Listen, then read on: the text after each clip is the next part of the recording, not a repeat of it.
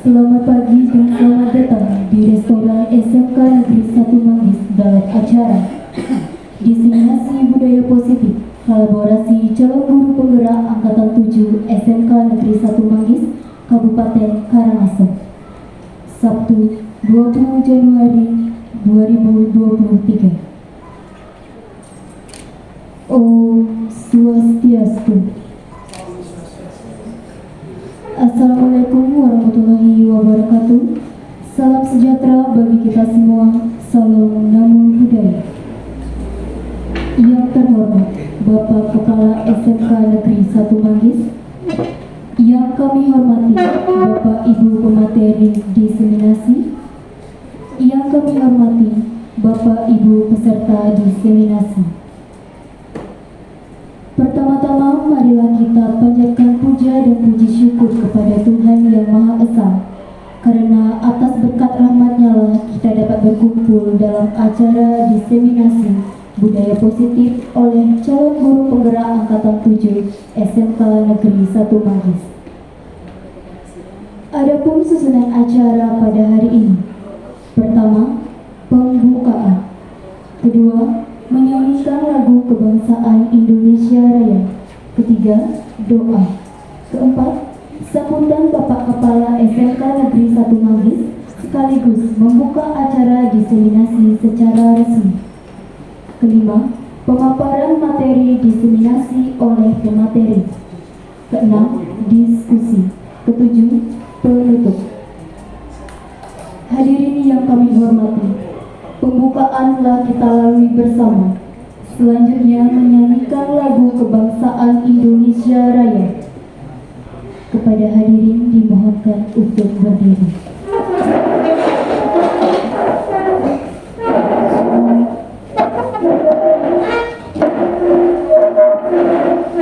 Kepada petugas disilakan.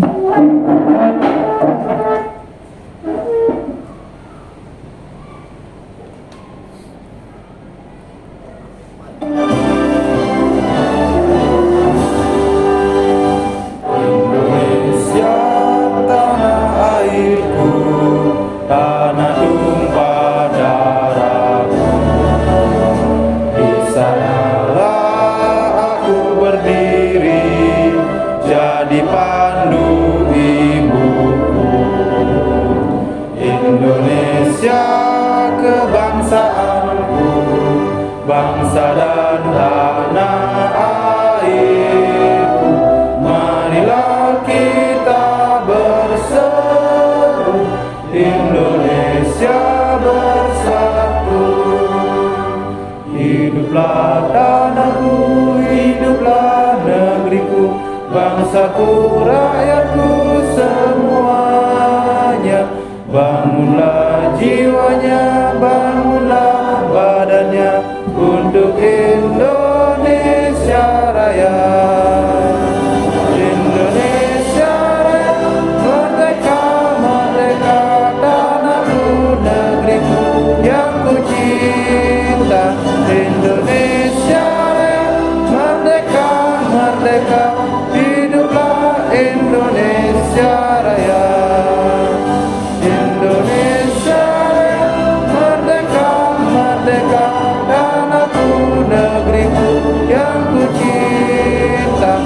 Indonesia Raya, merdeka, merdeka, hiduplah Indonesia Raya.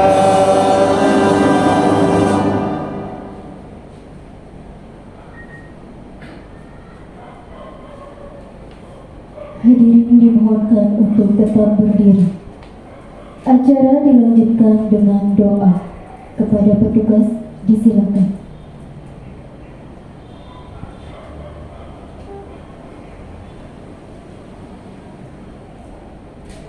Doa.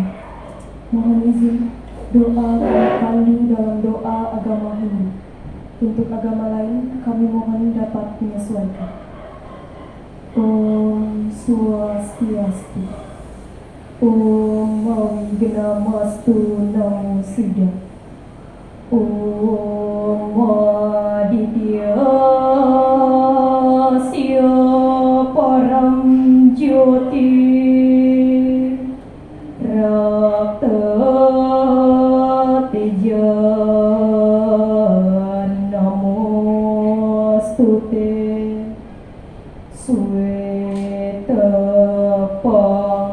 Jemadiaste Baskaraya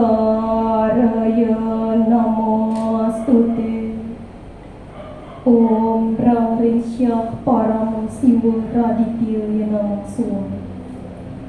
Om Yang dalam perwujudan sebagai Siwa Raditya pada hari ini Sabtu 28 Januari 2023 dalam rangka diseminasi budaya positif kolaborasi calon guru penggerak Angkatan 7 SMK Negeri 1 Manggis Kabupaten Karangasem, kami memuja. Tuntunlah kami mengikuti jalan yang terang. Bimbinglah kami dari yang tidak benar menuju yang benar. Bimbinglah kami dari kegelapan pikiran menuju cahaya pengetahuan yang terang, sehingga kami terhindar dari tingkah laku yang tidak benar. Om Yang Widi, Tuhan yang Maha Pengasih dan Penyayang, hanya kepadamulah kami memanjatkan doa dan memohon anugerah. Berikanlah kami keselamatan, lindungilah kami dari hal-hal yang tidak baik. Om Yang Widi, Tuhan yang Maha Pemaaf, ampunilah kami, ampunilah segala kekeliruan kami, dan bebaskanlah kami dari segala dosa. Om Sidirastu Tatastu Nama Suwami. Om Dewa Suksema Parama Cintya Nama Suwami. Om Santi Santi Santi Om.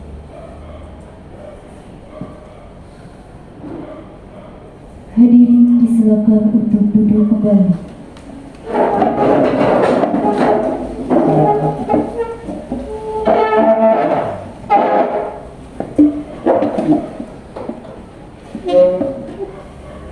Selanjutnya sambutan Bapak Kepala SMK Negeri 1 Manggis sekaligus membuka acara diseminasi secara resmi. Kepada Bapak disilakan. Cek satu. Terima kasih atas waktu dan kesempatannya. Yang saya hormati Bapak, Ibu, manajemen sekolah, Wakasek, asisten, kaprok yang ada di ruangan ini, Bapak Ibu guru, juga peserta diseminasi didik bulat, terutama calon guru penggerak Angkatan ke-7 yang saya hormati. Acara ini kalau tidak salah sudah yang ketiga kali kalau salah. 4 kali ya, 4 kali.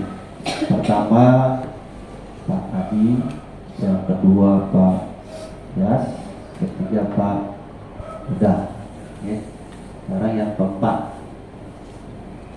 Tentunya semakin kedepannya ya, kualitas acara semakin lebih baik ya. Hari ini persiapannya luar biasa, dari A sampai Z sudah sedemikian rupa dipersiapkan, karena keberhasilan itu banyak hal, salah satunya dipengaruhi oleh persiapan itu sendiri, kemudian konten materi itu sendiri, dan tentu yang paling berperan nanti yang bersangkutan. Maksud saya, saat ini sudah ada 6 ya, 6 termasuk 6 CGP. Walaupun saya bukan salah satunya ya, karena persyaratan memang tidak memenuhi syarat untuk CGP, jadi tidak bisa ikut.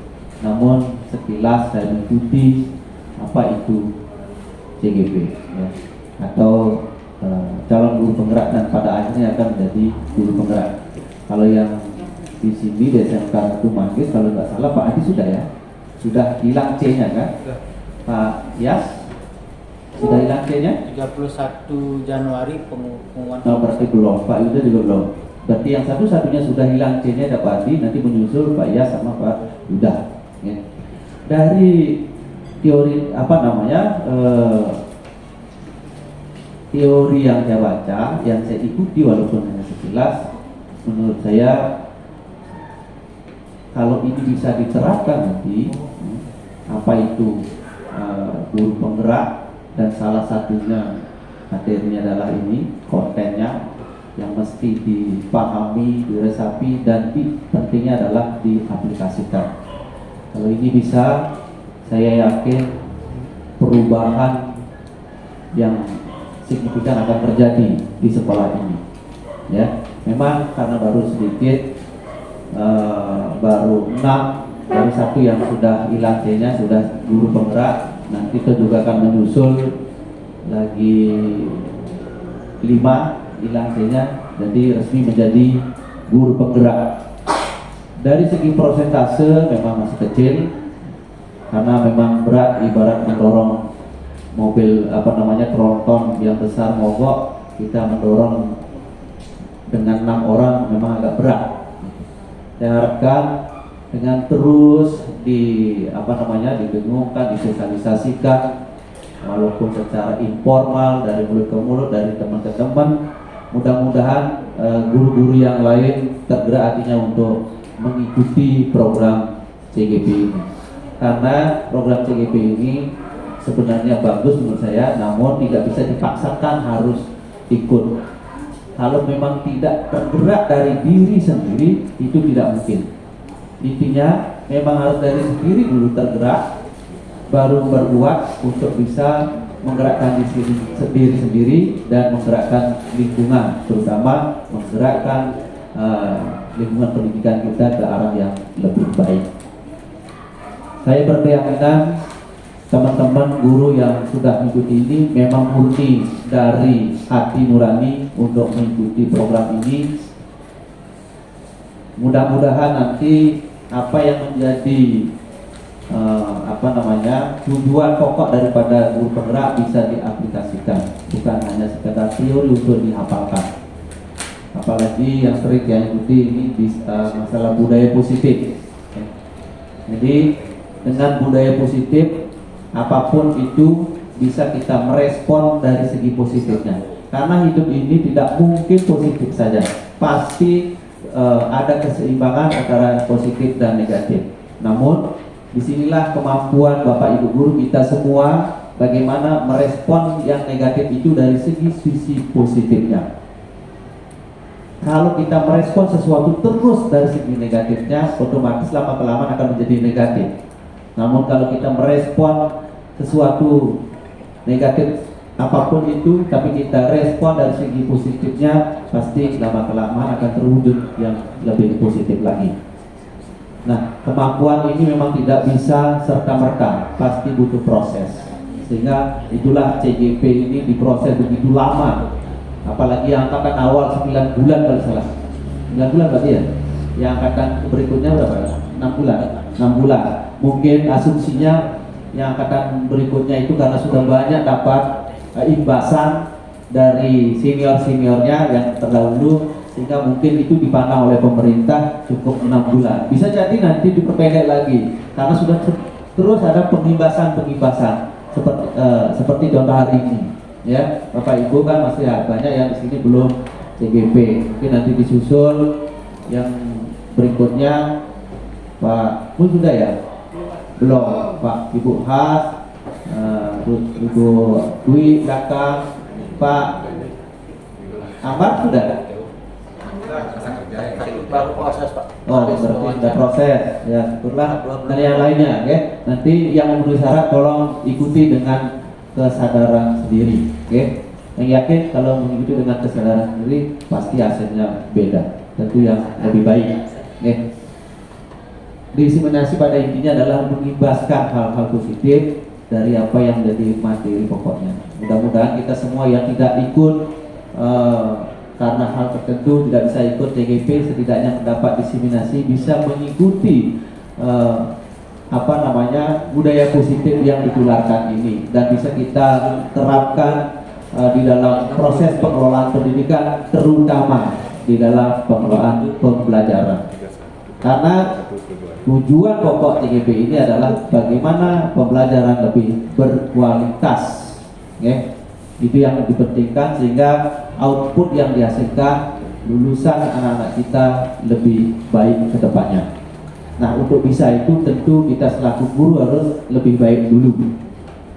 Nah, semoga apa yang menjadi tujuan pokok CGP ini dan semoga juga diseminasi yang dilaksanakan hari ini dapat kita serap materinya, dapat kita implementasikan dalam keseharian kita mengelola pendidikan di sini. Dan Astokare kedepannya SMK Negeri 1 Manggis bisa lebih maju lagi, terutama di bidang akademisnya. Begitu saja, biar tidak banyak meminta waktu karena materinya cukup lumayan banyak. Pada hari ini, hari Sabtu tanggal 28 Januari 2023, atas asuh Kerta Waronugraha Ide Sang Yang Widiwasa Tuhan Yang Maha Esa, acara diseminasi kolaborasi calon guru penggerak angkatan ke-7 SMK Negeri 1 Manggis Kabupaten Karangasem bertempat di restoran SMK Negeri 1 Manggis saya buka secara resmi.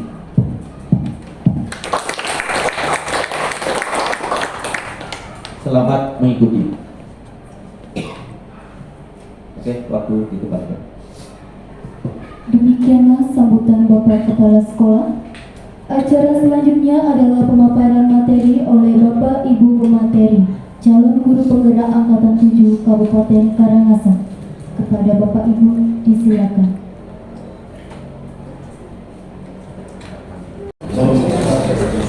Selamat pagi, salam sejahtera. Wassalamualaikum warahmatullahi wabarakatuh. Saya di sini adalah peserta CGP Angkatan 7 SMK 1 Manggis. Terima kasih Bapak Kepala Sekolah yang telah membuka tadi dan menghadiri diseminasi. Terima kasih kepada Bapak Ibu guru yang bersedia meluangkan waktunya yang cukup padat dalam hal mengajar dan sebagainya mengikuti diseminasi kami. Saya berdiri di sini mengawali bukan karena bagaimana, tapi karena bapak-bapak di peserta yang lain katanya saya paling tua, jadi saya didahulukan. Kemudian dari segi ilmu yang kami dapatkan di sini sudah ada fasilitator, sudah ada guru penggerak yang sudah mengantongi sertifikat. Mungkin ilmu saya sangat jauh, tapi saya berusaha untuk menyampaikan karena ini merupakan suatu tugas dari modul aksi nyata kami. Yang walaupun ilmu saya hanya seujung kuku, tapi mudah-mudahan apa yang saya sharing nanti bisa bermanfaat bagi kita semua. Kemudian tidak lupa juga untuk mohon masukannya bagi Bapak Ibu yang sudah lebih banyak mendapatkan ilmu apa yang bisa saya sampaikan. Nah,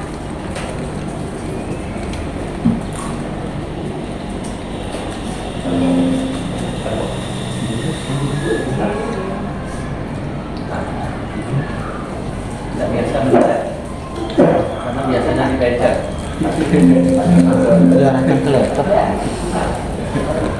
baik Bapak Ibu, nah, materi yang akan kita bawakan atau sharing adalah yang pertama itu paradigma belajar. Paradigma belajar yang akan kita sharing bersama adalah dari yang terakhir adalah segitiga restitusi. Topik ini nanti kita akan sharing bertiga, yaitu dengan Pak Komang Setiawan dan Pak Haris. Dasar pendidikan Ki Hajar Dewantara adalah yang pertama menuntun. Jadi kita sebagai guru diharapkan dapat menuntun peserta didik. Itu bagaimana dengan cara menuntunnya? Yaitu dengan ini Ing Arso Sung Tulodo, kemudian ada Ing Madio Mangunkarsa, kemudian ada Tuturi Handayani. Jadi kita zamannya kalau dulu guru itu mengajar dengan cara membentak, memarahi siswa, tetapi dengan dasar pendidikan Ki Hajar Dewantara ini diharapkan model pembelajaran seperti itu sudah tidak lagi diterapkan. Kita diharapkan melakukan pendidikan itu menggunakan ini, berada pada posisi ini, yaitu pendidik berada di depan memberikan teladan, kemudian berada di tengah memberikan semangat kepada peserta didiknya, kemudian memberikan dorongan dari belakang.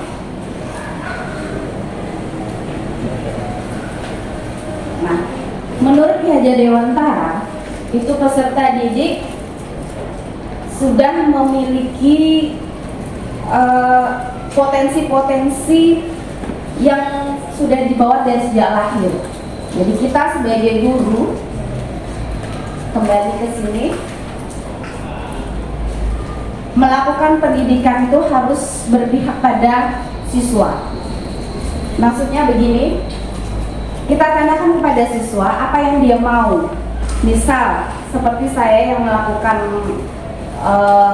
yang kuliner, dalam praktek ada KD, kemudian kita akan berikan ke siswa memilih resep sesuai dengan kompetensi dasar. Nah, kita tidak bisa memaksakan, nah kamu harus mengerjakan A, B, C, tidak. Jadi menurut Ki Hajar Dewantara itu kita harus melakukan pembelajaran berpihak pada siswa. Jadi kita berikan pilihan-pilihan resep atau siswa tersebut memilih resep sendiri, kemudian itu dipraktekkan. Karena resep dipilih sendiri, siswa akan senang melakukan praktek. Karena sudah senang, otomatis kompetensi akan dikuasai oleh siswa tersebut.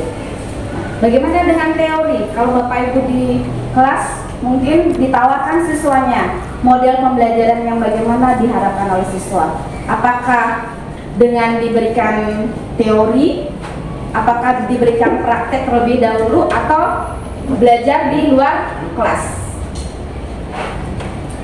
Nah, itu maksud daripada berpihak pada siswa. Kemudian dasar pendidikan Ki Hajar Dewantara juga mengharapkan budi pekerti yang ditonjolkan atau menjadi harapan agar siswa memiliki akhlak yang baik. Kemudian sebagai petani, jadi seorang guru tidak akan bisa mengubah karakter daripada siswa. Dianggap siswa itu adalah sebagai benih-benih atau bibit-bibit unggul. Kemudian ditanam. Nah, kita dia sebagai petani di sini adalah bagaimana memberikan pupuk, bagaimana merawat bibit tersebut sehingga menjadi unggul. Jadi tidak bisa misalnya bibit itu bibit jagung diubah menjadi bibit gandum, itu tidak bisa. Jadi kalau bibit itu sudah jagung, kita akan pupuk, kita akan memberikan segala vitamin dan sebagainya, dia akan tumbuh menjadi bagus, menjadi jagung yang unggul. Jadi siswa itu sudah membawa karakternya masing-masing. Bagaimana kita nantinya akan memberikan pembelajaran kepada siswa sehingga siswa itu menjadi siswa yang sesuai dengan tuntutan profil pelajar Pancasila. Kemudian ini menyangkut tentang kebun kehidupan.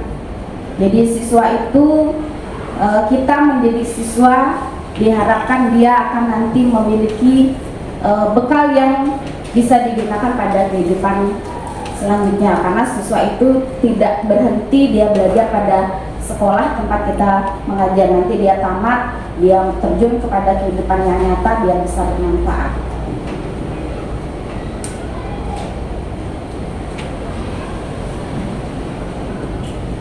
Nah, Ki Hajar Dewantara berpesan bahwa pendidikan adalah tempat persemaian benih-benih kebudayaan. Pada hal ini, kebudayaan dan pendidikan adalah suatu kesatuan yang utuh. Kebudayaan yang dimaksud adalah sebuah peradaban, sebuah cita-cita masyarakat yang ingin kita bentuk sebagai sebuah bangsa.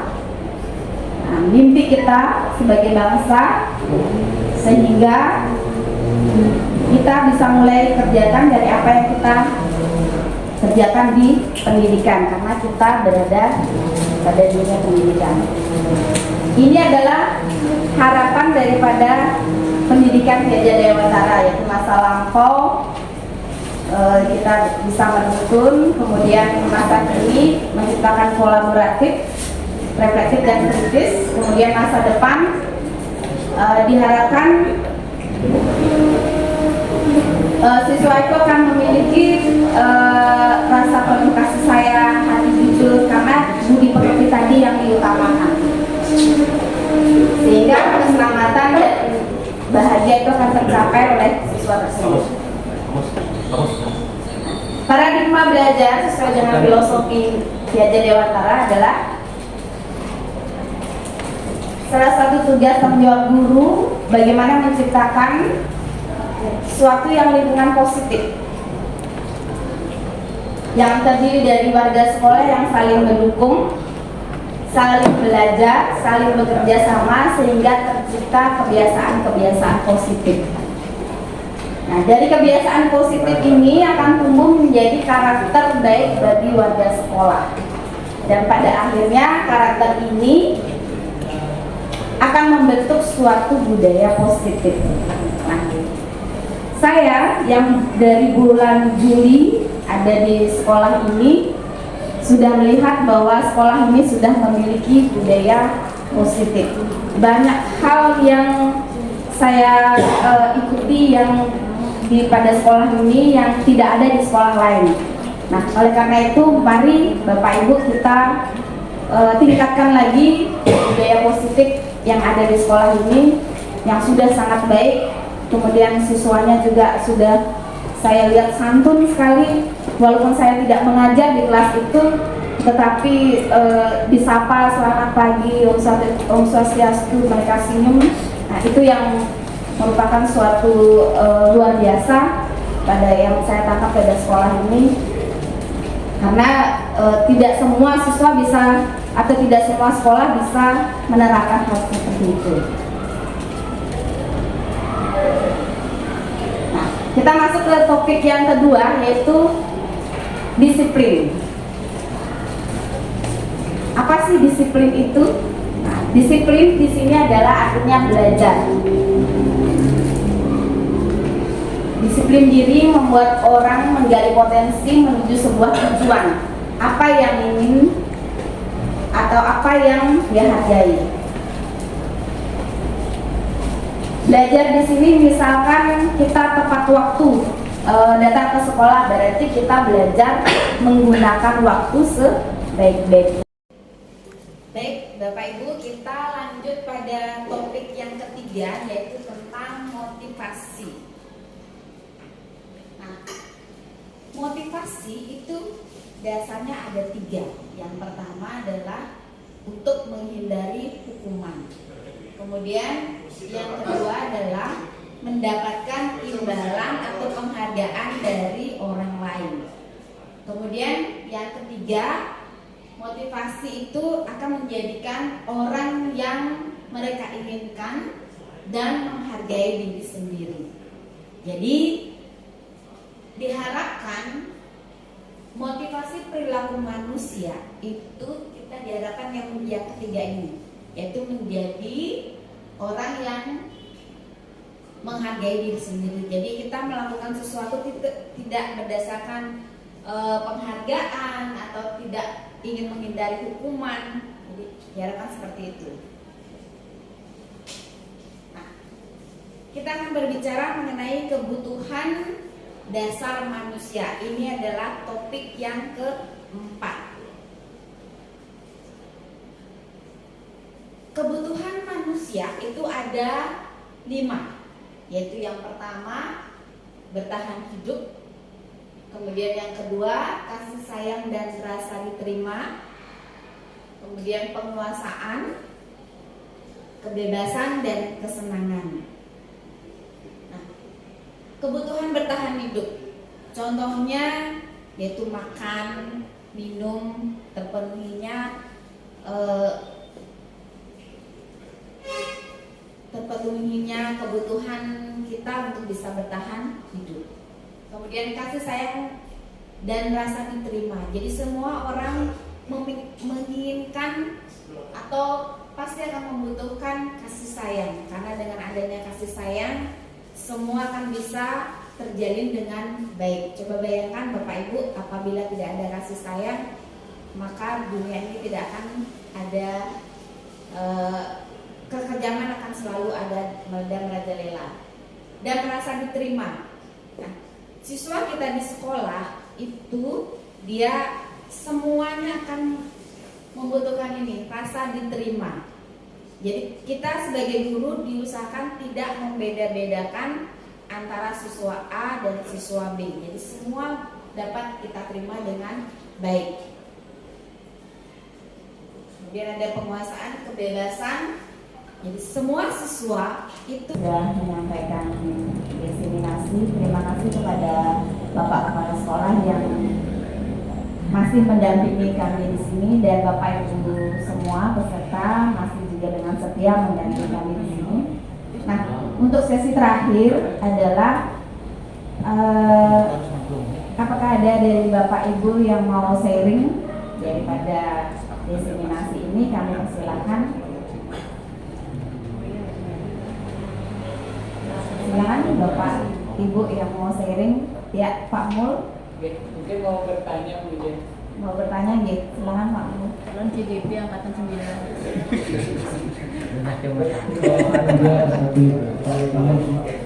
Mungkin tadi saya tertarik dengan yang disampaikan sama Pak Setiawan. Kita juga waktu ini pernah ikutin kegiatannya Kolinda terkait dengan posisi guru sebagai teman. Jadi kan posisi guru sebagai teman itu ada positifnya, jadi ada positifnya ada negatifnya kita soal. Kemudian yang paling baik seperti Pak Setiawan sampaikan itu baiknya ada di posisi guru sebagai manajer. Mungkin kalau saya pribadi merasakan ketika saya jadi wali di sini ataupun di sekolah sebelumnya, ketika saya posisikan sebagai teman itu positifnya banyak saya dapat. Jadi mereka yang ikutin aturan yang saya kita sepakati di kelas gitu. Tapi seperti yang Pak Setiawan sampaikan di depan tadi, mungkin mandirinya kurang, ambil keputusan mungkin harus semuanya harus ke wali dulu seperti itu Pak Setiawan. Baiknya bagaimana sih Pak Setiawan biar dari posisi ke teman itu, kalau menurut saya pribadi Pak Setiawannya mungkin masih tetap di posisi teman, tapi bisa dikombinasikan dengan posisi sebagai manajer. Bagaimana sih tahapannya baiknya seperti itu? Terima kasih Pak Setiawan. Tepuk tangan.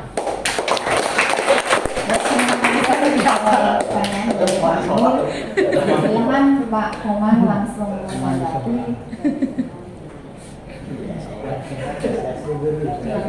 Terima kasih dari Pak Mulyadi pertanyaannya. Jujur pribadi saya juga sangat tertarik dengan cara Pak Mulyadi di sini ya. Jadi terlihat sekali lah. Jadi sangat dekat dengan anak-anak. Tentang posisi teman Pak Mulyadi, saya tidak mengatakan ini kurang baik ya. Ini baik Pak. Buktinya dia bisa berhasil membentuk diri siswa. Nah, kita memang diharapkan sebagai manajer. Dan yang saya baca, posisi manajer dia bergerak dari teman, posisi teman dan pemantau Pak. Jadi ketika kita terbiasa sebagai posisi manajer, kemudian sebagai posisi pemantau, kita akan secara nggak langsung juga bergerak posisi ke manajer. Jadi basic dari manajer sebenarnya teman dan pemantau. Nah kemudian karena ketika teman ini disampaikan dia punya kelemahannya, dia efek semu Pak, efek plasebo namanya, efek semu dia. Kita merasa enak sama anak-anak, dekat sama anak-anak, tapi nyatanya ketika misalkan Pak Mul pergi 3 bulan dipikir dan sebagainya, jadi anaknya bisa kehilangan dia gitu. Jadi seakan misalkan Pak Musi ke sana, anak-anak tolong ini sapu, Pak Mulyadi, seperti itu jadinya. Ada dampak semu yang kita nggak lihat, tapi sebenarnya ada. Misalkan saya Pak Arif ke sana, ini PH itu siapa walinya Pak Mulyadi, tolong bersihkan ogah-ogahan. Jadi kamu datang, tolong bersihkan siapa Mul, seperti itu. Karena dampaknya demikian. Nah, jadi ada efek semu di sana, kemandiriannya dan menentukan solusinya itu yang kurang. Dampaknya bagaimana? Jadi karena Pak Mulyadi punya potensi yang luar biasa di sana, ketika dia punya masalah anak curhat, lebih banyak ke kasih mereka untuk komunikasi Pak.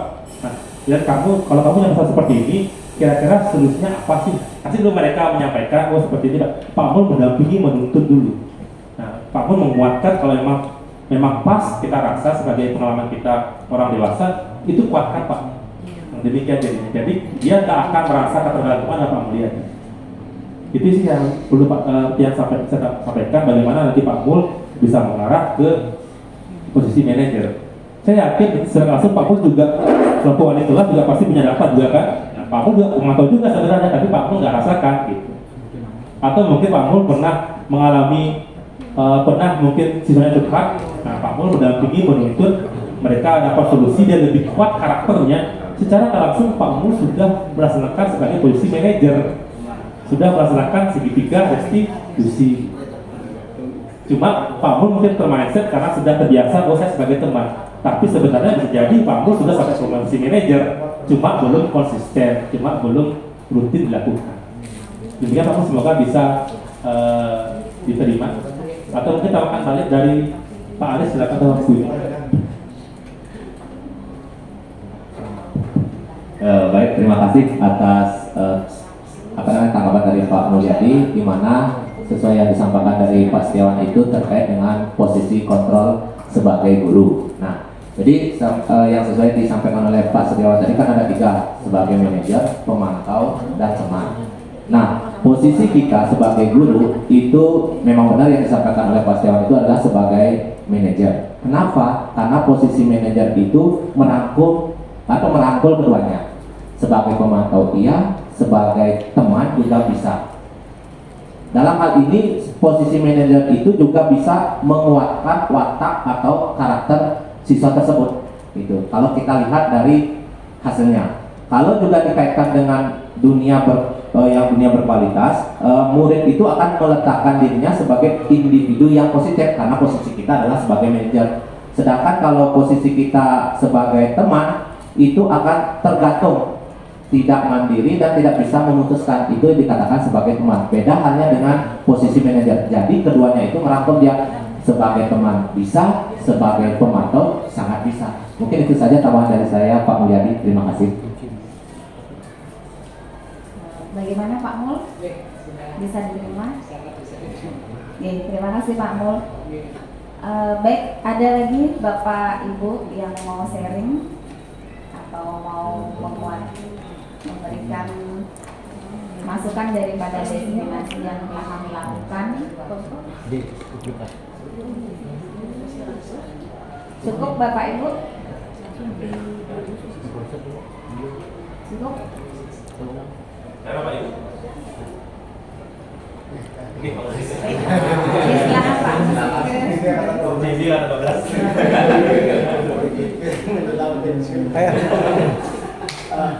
Ini apa aja Pak? Berdiri Pak ya. Tolong dijelaskan ulang mengenai perbedaan antara keyakinan kelas dengan kesepakatan kelas. Kemudian yang kedua, misalnya kita punya siswa terkait dengan apa yang tadi yang segitiga restitusi itu untuk menangani siswa misalnya di 10 PH 3 ada salah satu siswa, bagaimana cara menangani dengan menggunakan segitiga restitusi. Nah, terima kasih. Ya. Baik, terima kasih Pak Mustiker. Jadi yang pertama adalah perbedaan keyakinan kelas dan kesepakatan kelas.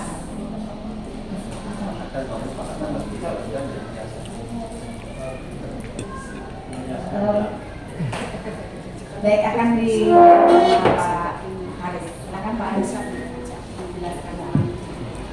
Baik, terima kasih atas masukan dari Pak Mustiker terkait yang namanya keyakinan kelas dan kesepakatan kelas. Ya. Jadi kalau kita lihat keyakinan kelas itu adalah nilai-nilai kebajikan atau prinsip-prinsip universal yang disepakati bersama secara universal. Artinya nilai-nilai positif itu yang termasuk dalam keyakinan kelas berupa tanggung jawab, menghormati orang lain, kemudian memiliki komitmen, kemudian ada juga kesehatan, kemudian ada juga keamanan. Itu berdasarkan keyakinan. kalau berdasarkan kesepakatan itu hak berbeda dengan ya peraturan. Jadi antara peraturan dan kesepakatan itu hak berbeda. Contohnya misalkan seperti ini, dilarang mengganggu orang lain, itu adalah yang namanya kesepakatan. Atau mungkin mengumpul tugas sesuai dengan waktunya, itu adalah kesepakatan. Kalau keyakinan itu ada nilai-nilai universalnya seperti rasa tanggung jawab, menghormati orang lain dan lain sebagainya. Mungkin itu untuk perbedaan antara keyakinan kelas dan kesepakatan kelas. Begitu Pak Musiko. Untuk Bapak Ibu mungkin ada yang mau nambahkan? Terima kasih.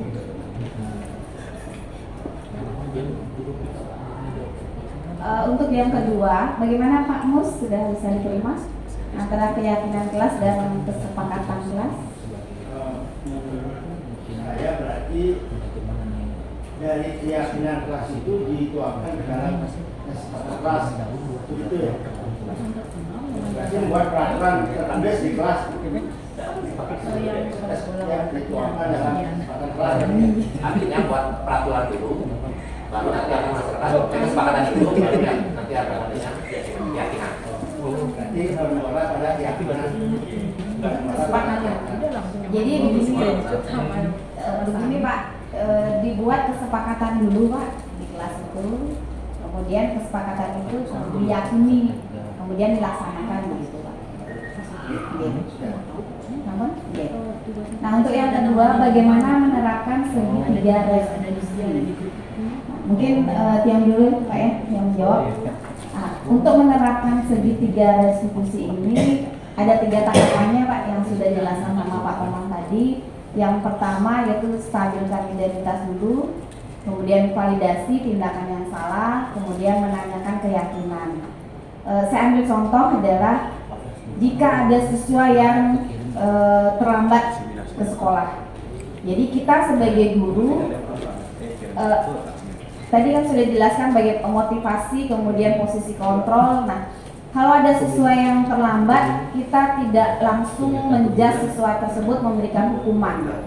Tetapi lihat dulu apa motivasi siswa tersebut terlambat atau apa yang menyebabkan masalah sehingga terjadi siswa itu terlambat ke sekolah. Itu menstabilkan identitas. Nah, kemudian validasi tindakan yang salah. Tekankan kepada siswa bahwa tindakan itu salah, sehingga siswa tersebut menyadari dari dalam dirinya sendiri bahwa apa yang dilakukan itu adalah tidak benar karena sudah menyalahi aturan sekolah. Kemudian yang ketiga adalah menanyakan keyakinan. Jadi siswa itu dia meyakini bahwa harus adanya disiplin, baik itu disiplin waktu, kemudian disiplin dalam tingkah laku dan sebagainya. Nah, kalau terlambat sekolah berarti dia sudah melanggar disiplin waktu. Nah, itu ditanyakan pada tahap 3. Nah, dengan begitu siswa tersebut akan memiliki atau akan merubah tingkah lakunya berasal dari motivasinya dari dalam diri sendiri. Besok-besok dia tidak akan terlambat lagi. Daripada kita langsung menjudge siswa tersebut bahwa memberikan hukuman, bahwa dia melakukan kesalahan, dia akan mengalami luka hatinya seperti yang dijelaskan oleh Pak Setiawan tadi. Jadi kita sebagai guru harus bisa meletakkan posisi kontrol kita di mana, sehingga mudah-mudahan dengan adanya disiplin positif, siswa akan tercapai pelajar Pancasila yang diharapkan oleh pemerintah. Begitu. Gimana Pak Mus? Mungkin ada teman lain yang akan menambahkan. Silakan Pak.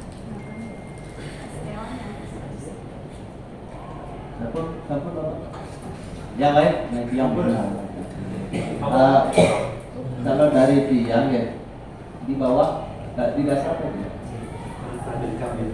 Oh, gitu. Ya kayak istilah-istilah itu kan baru, ya. Namun sepertinya praktek itu sudah biasa kita lakukan.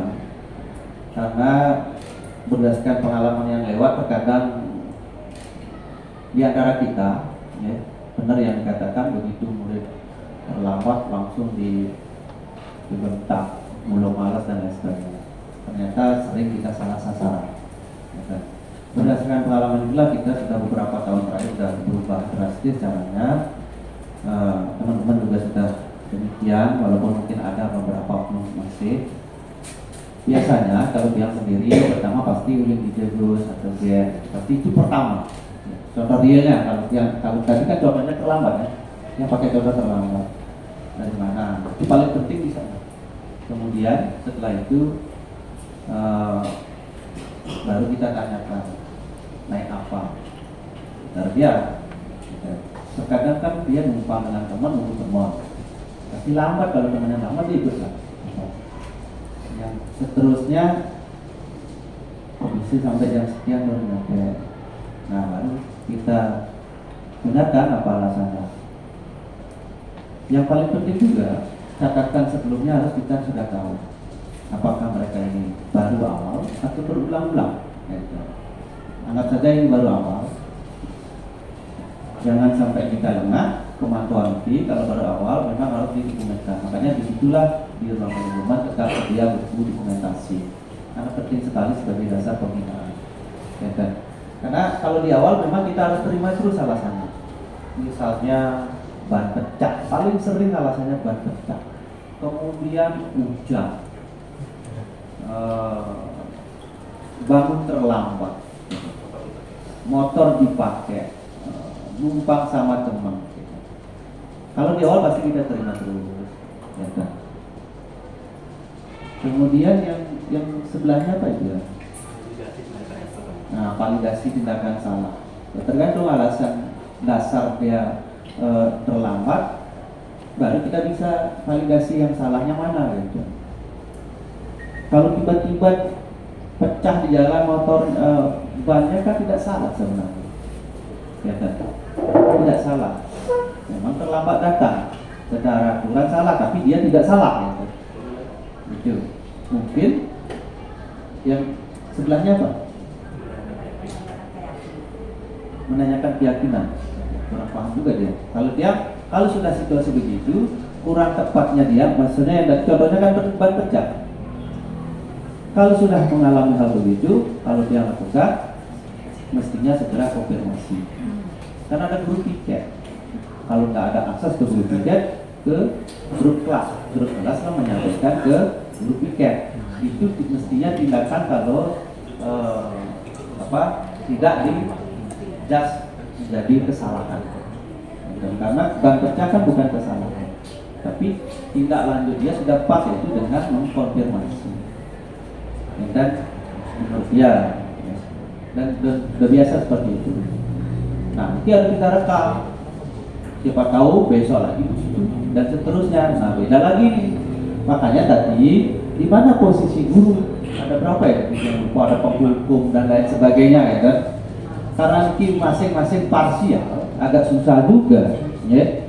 Kalau teori ini sangat berhasil, ya kan, jika anak kita homogen, ya kan.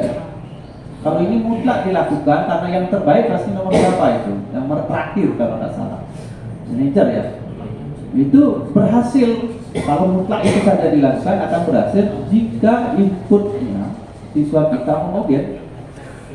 Homogen dalam artian dia latar belakang siswa ini sudah mapan di keluarga. Karena nggak bisa sekolah sekuat apapun sekolah kalau di keluarga belum bagus juga susah.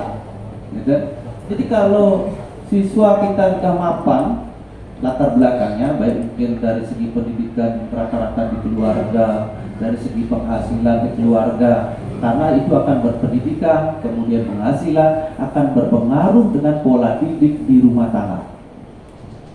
Ya kan? Kalau sudah itu homogen, pendidikan bagus, penghasilan bagus, pasti lebih mapan pola didik di rumah. Sehingga anak yang seperti ini gampang sekali menerapkan nomor terakhir, gampang sekali. Ya kan? Tapi beda lagi, seperti latar belakang yang banyak kita ketahui. Anak itu broken home, bapaknya entah kemana. Ada loh di sini data bapaknya tidak diketahui kemana. Ibunya nikah lagi, akhirnya dia tinggal dengan keluarganya juga keluarga berat katanya. Ayo, itu yang mana kita terapkan? Jadi penting juga kita tahu latar belakang siswa itu, ya kan? Sehingga pola-pola yang ada pilihan itu, posisi guru 6 itu terkadang yang nomor 1 pun ada cocoknya dilakukan pada tanda kutip tertentu siswa. Ada siswa yang latar belakang keluarganya keras, dan sedikit mending main pentak malah main pukul. Ada di desa-desa banyak itu, ya kan? Pokoknya situasinya ekstrim. Dan kalau ini langsung kita terapkan uji yang ke-6 tidak akan berhasil. Tidak akan berhasil. Ya kan?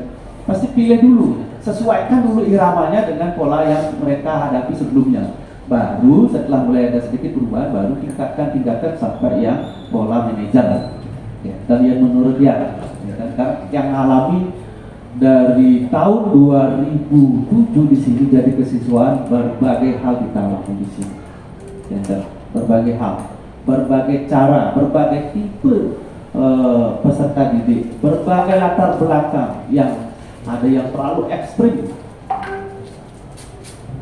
Maksudnya ekstrim itu negatifnya gitu maksudnya. Ada juga yang bagus banget, tapi kecenderungan kalau di sini yang bagus itu maksudnya latar belakang yang seperti yang utarakan tadi, prosentasenya kecil. Disinilah letak kita yang memproteksi mereka, karena prosentase kecil ini kecenderungan akan cepat dipengaruhi oleh yang lebih ekstrim. Disinilah letaknya jelinya kita sebagai guru, terutama juga wali, bagaimana mendampingi anak-anak yang sedemikian.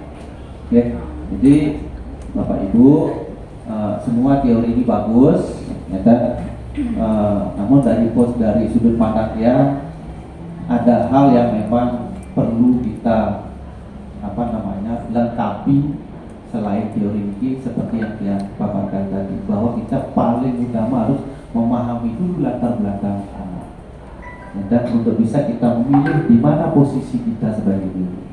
Ya, seperti itu, karena terkadang otak kita terkunci. Memang bagus sekali nomor 6 itu sebagai manajer, tapi kalau kita kandung concern itu saja seolah-olah paling terbaik, sedangkan yang kita hadapi jauh banget, nggak akan berhasil. Ya, kan? Jadi polanya itu penyesuaian dulu, ya, kan? Imbangkan dulu situasi latar belakang siswa itu, baru terus kita kejar ke posisi lebih sempurna. Seperti itu. Nah, makin biar ada sisi lain, coba kita minta pendapat dari anak-anak kita yang ada di sini. Mereka kan nonton, ini guru kita kok bagus banget ini kan, harusnya kita tidak bentak-bentak dong. Ya, gitu deh. Iya deh ya, tapi kan bukan boleh ya. Terus kalau membentak posisi guru sebagai ini, gitu. Bagaimana pendapat saya? Boleh ngomong. Ayo. Terutama yang dialami dia. Ambil sharing ya. Atau harapannya seperti apa? Atau harapan. Ya, boleh, ada apa? Ngomong aja.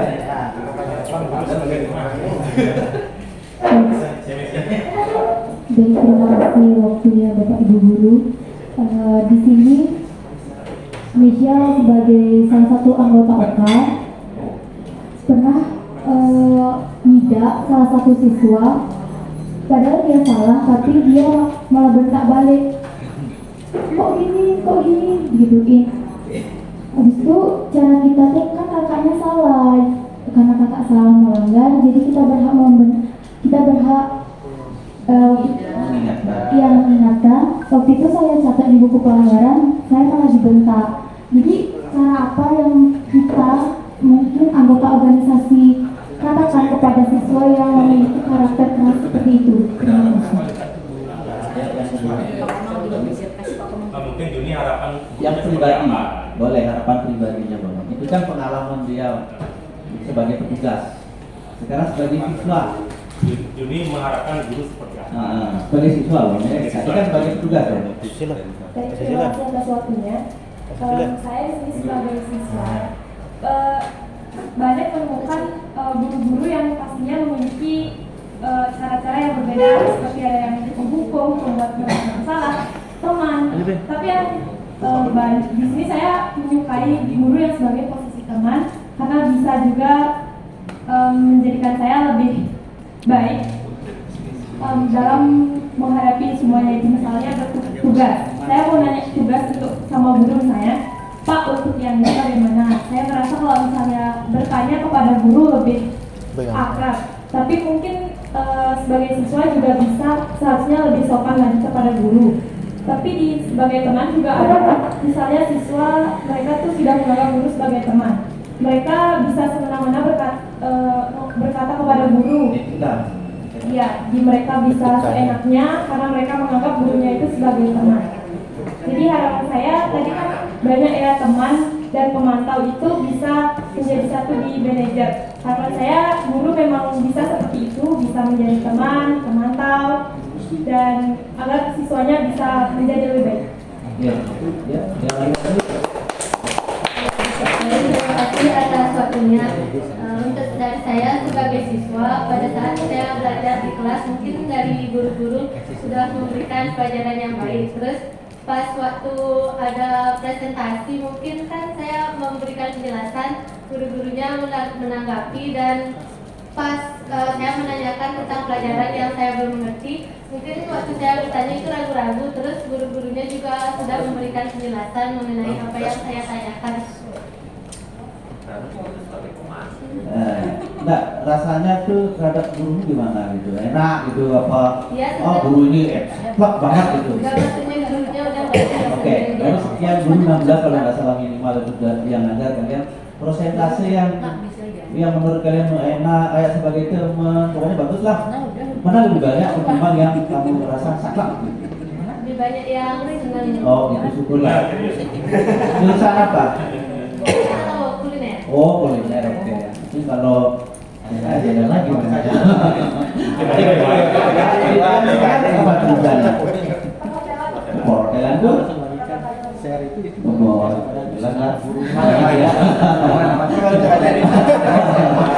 mungkin kalau kita adakan biasanya beda lagi ya. Beda lagi. Baik. Ya nggak apa, kita sharing aja. Karena inilah yang sebagai referensi kita untuk berubah pola. Pentingnya, ya, diketahui oleh kalian ya sebagai peserta didik, tidak ada guru yang bermaksud negatif, itu paling penting. Cuman memang seperti katamu itu tekniknya yang berbeda. Inilah penguatan inilah akan apa namanya menyesuaikan teknik-teknik yang lebih pas nanti akan diterapkan ke peserta didik atau siswa. Ya kalau Pak sendiri bisa teman, bisa penghukum. Ya, kalau di kelas menegaskan di sini formal. Tapi kalau di luar ya, ayo bro, ayo makan yuk biasa, itu teman. Pinjam matanya. Kan situasi. Makanya posisi kita saat itu tergantung situasi yang dihadapi saat itu tergantung latar belakang juga. Ya. Jadi seperti itu bagus. Sudah ada masukan dari anak-anak kita. Ya, ya kalau apa namanya pariwisata sepertinya 99% mereka mengatakan enjoy dengan guru-gurunya, apalagi dengan Pak lagi. Wah, kalau di TKJ Pak Alvar, wah enjoy banget itu dengan siswanya. Gitu. Ya, ya nanti mudah-mudahan bisa juga di otomotif ya, BMW. Sekarang kayaknya udah BMW ya. Sudah BMW ya, malah mungkin sudah semuanya ada BMW sekarang. Oke. Nah, mudah-mudahan harapan kita dari segi teori-teori yang ada sudah kita resap, kita akan sesuaikan situasinya. Mudah-mudahan lebih cepat progresnya bisa diterapkan dengan baik, kita bisa mendapatkan posisi yang terakhir itu. Karena itu yang utamanya di ke depan. Ya. Seperti itu tamatnya. Silakan langsung. Terima kasih Pak atas sharingnya. Baik Bapak Ibu, karena semua sudah dipaparkan, kemudian diseminasi ini sudah sesuai waktunya juga.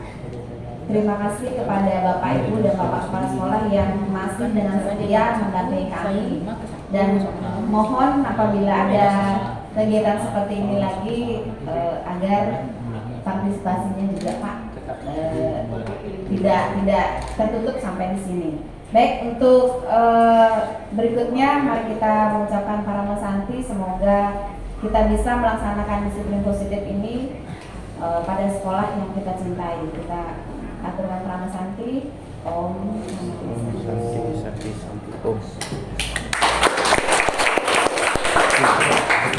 Gimana TBS-nya? Positif kolaborasi calon guru penggerak angkatan 7 SMK Negeri 1 Manggis Kabupaten Karangasem. Kami sampaikan terima kasih kepada seluruh pihak yang telah mendukung acara hari ini. Akhir kata kami tutup dengan para Santi.